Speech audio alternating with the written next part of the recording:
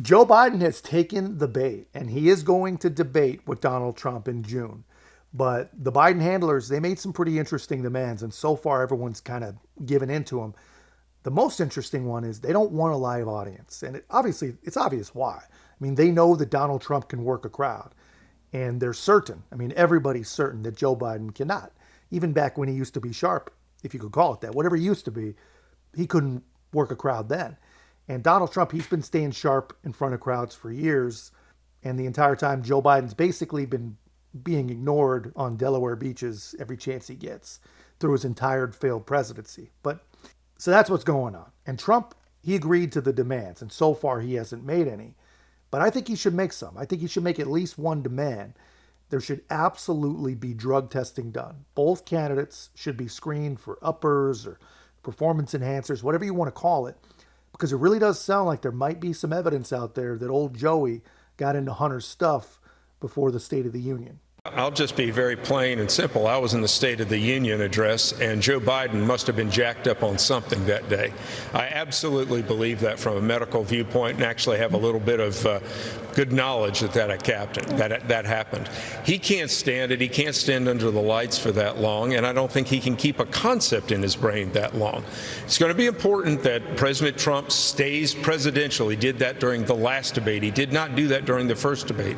That he stays on track. He shows the American people how much worse they are 4 years from 4 years ago, what this President Biden has done to destroy this country. He just has to stay in his lane. President Trump just has to stay in his lane and act presidential. Sometimes he can get off on a wheel.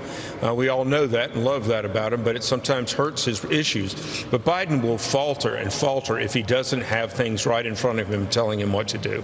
Obviously, that is great advice, and I really do hope that he sticks to that. He hears that and he does that. Because I think when he got pissed off and kind of started really attacking Biden 4 years ago, even though he was completely right, even though everyone knew the laptop was real and it was getting spiked by the deep state and media powers, he did go a little bit hard in the paint, right? But this is absolutely right. If he can stay cool, if he can act presidential and just stick to the facts, it's a win. It has to be a win. I mean, the media can talk about dictatorship and bloodbath and democracy. They can knock out those words all they want. But every single one of us lived through the leadership of both these guys. We already know what to expect. Some of us just need to be reminded. They need to A-B it a little bit and see everybody on the same stage. But that's not why I showed you this. You have to listen to this. Congressman, what do you mean when you say he was jacked up at the State of the Union? I believe they gave him something to help him sustain the lights and sustain the vigor that he had. That was not Joe Biden. I was in there. He screamed for 2 hours. He screamed for 2 hours. And, maybe we can talk offline and I'll show you something. And I think that proves that. Well, you'll show me what? I think I can have some evidence that shows that he was given something before then. Okay. In terms of a medicine or? Yeah, Joe, there's no way Joe is 82. There's a picture taken of him last week he was on the beach without his makeup on. And guess what? He looks like, an 82-year-old. You can see his surgical scar in the back where he had his facelift. You can see that very plainly. He's being manufactured and puppeteered by the Democratic Party to be president of the United States. And I fully believe that has to do sometimes with pharmacology. Congressman, I'm going to follow up on that. I'd like to see more of that. That's really compelling.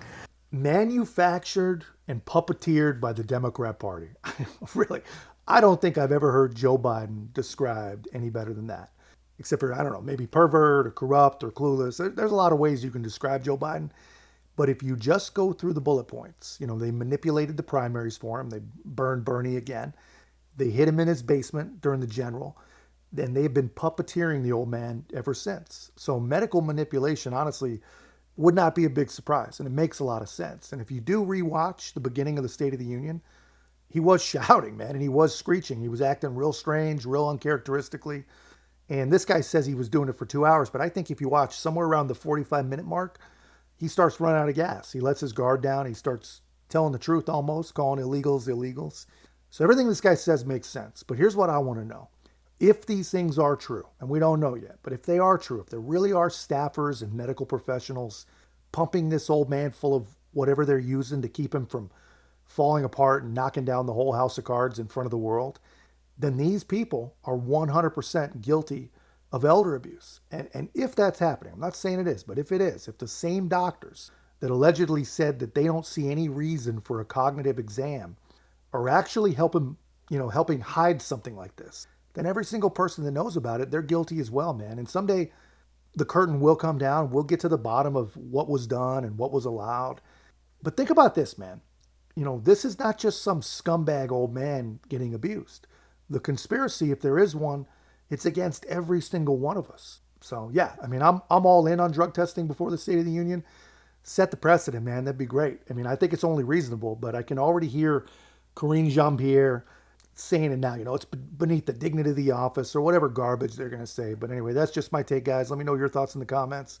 If you haven't already, be a part of our growth. Make sure to like, comment, subscribe. Most importantly, share the channel. I'll see you in the next one.